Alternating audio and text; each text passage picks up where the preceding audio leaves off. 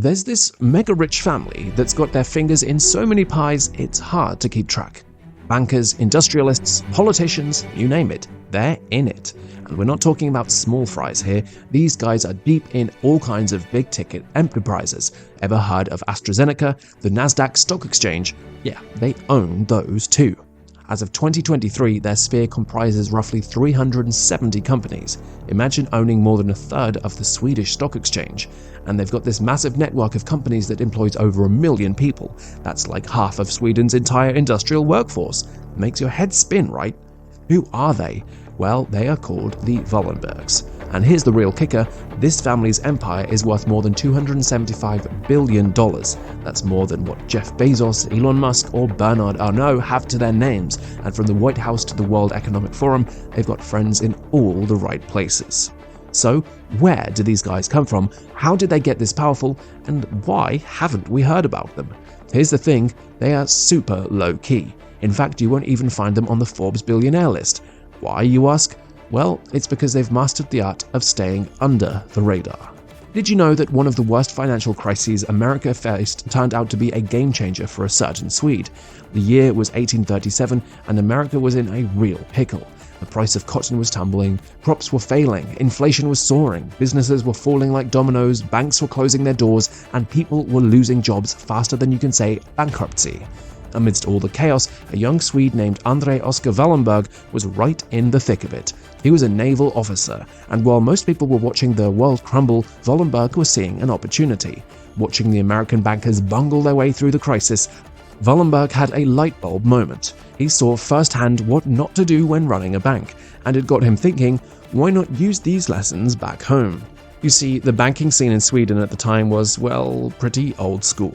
Sending money between places was a headache. Savings accounts, they might as well have been under the mattress for the kind of interest they were offering.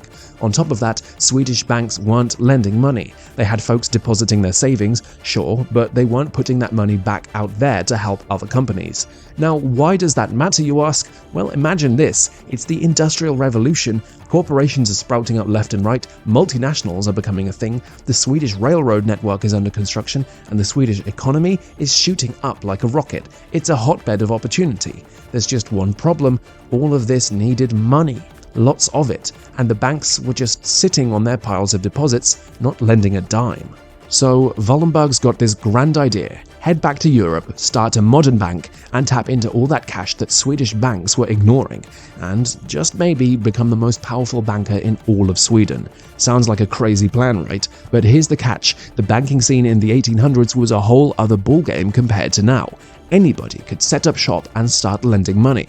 It was as easy as opening a jewelry store or a doctor's office. So with a little help from his buddies, André Wallenberg launched Stockholm Enskilda Bank, or SEB, in 1856.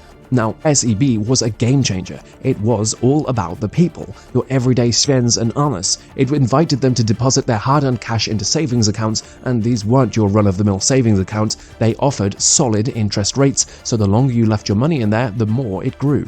For the first time, the average Swede had a chance to make their money work for them. Naturally, people were drawn to SEB like bees to honey. Wallenberg was taking those deposits and lending them out to others, people and businesses. And this was during the golden era of industrialization in Sweden. In no time, SEB had pretty much taken over the entire banking industry in Sweden. Before the Swedes knew it, their money was either tucked away in SEB or they were busting their backs trying to pay off debts they owed to Wallenberg. The kicker, most of them were slogging away at jobs in companies that were also knee-deep in debt to Wallenberg. Did the Wallenbergs stop there? Of course not. They were sitting on a mountain of cash, and being savvy bankers, they knew they couldn't let all that money just lie around gathering dust. But where to invest all that moolah? The Wallenbergs came up with a brilliant plan. Why not buy up all the companies in Sweden? Yes, all the companies. We're talking about everything from railroads to factories to international trade. If it was big business in Sweden, chances are the Wallenbergs had their fingers in it. But in 1916, they hit a snag. The Swedish government started getting wise to the risks of letting banks own big businesses while also getting people and businesses into debt. So they passed a law making it trickier for banks to own long-term shares in industrial businesses. Wallenbergs came up with a clever workaround. They created a holding company, Investor AB, to take ownership of all the businesses their bank owned. This move made Investor AB the Wallenberg's personal investment vehicle and crisis averted. This strategy worked so well that by the 1970s, the Wallenberg family employed over 40% of Sweden's industrial workforce and owned 40% of the country's stock exchange. Then, World War II rolled around. With the world at war, the Wallenbergs had a crucial decision to make: whose side to support, the Allies or Hitler?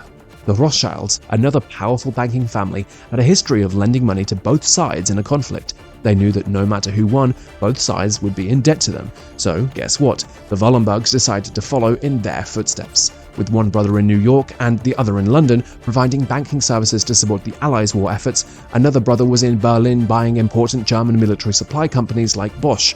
These companies were at risk of being seized by the Allies, but the Wallenbergs had a plan: they'd buy the companies, then sell them back to Germany when the dust settled, pocketing a tidy sum in the process. They even ran black market operations and laundered money to ensure that they were profiting from both sides of the war. Now, it's only fair to mention that not all the Wallenbergs were playing both sides. Raoul Wallenberg, one of the family, saved thousands of Jews during World War II by issuing them Swedish papers.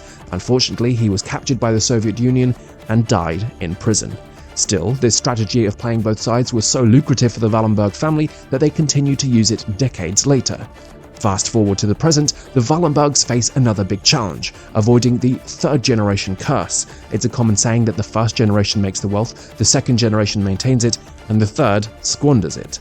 The Wallenbergs, being no ordinary family, were determined to break this cycle. They needed to figure out how to keep their wealth and power alive and well for generations to come.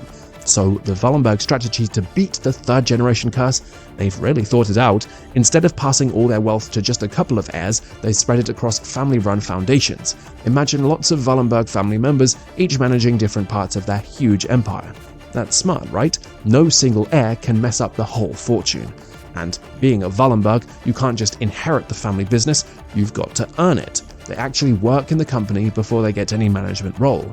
This well-planned approach keeps their dynasty going strong generation after generation. So while you're thinking about the world's richest families and how they stay rich, remember the Wallenbergs. It's not just about making money, it's about keeping it and making sure it lasts. It's about building a legacy that endures. What part of this can you not believe? Let us know in the comments below, and see you in the next one.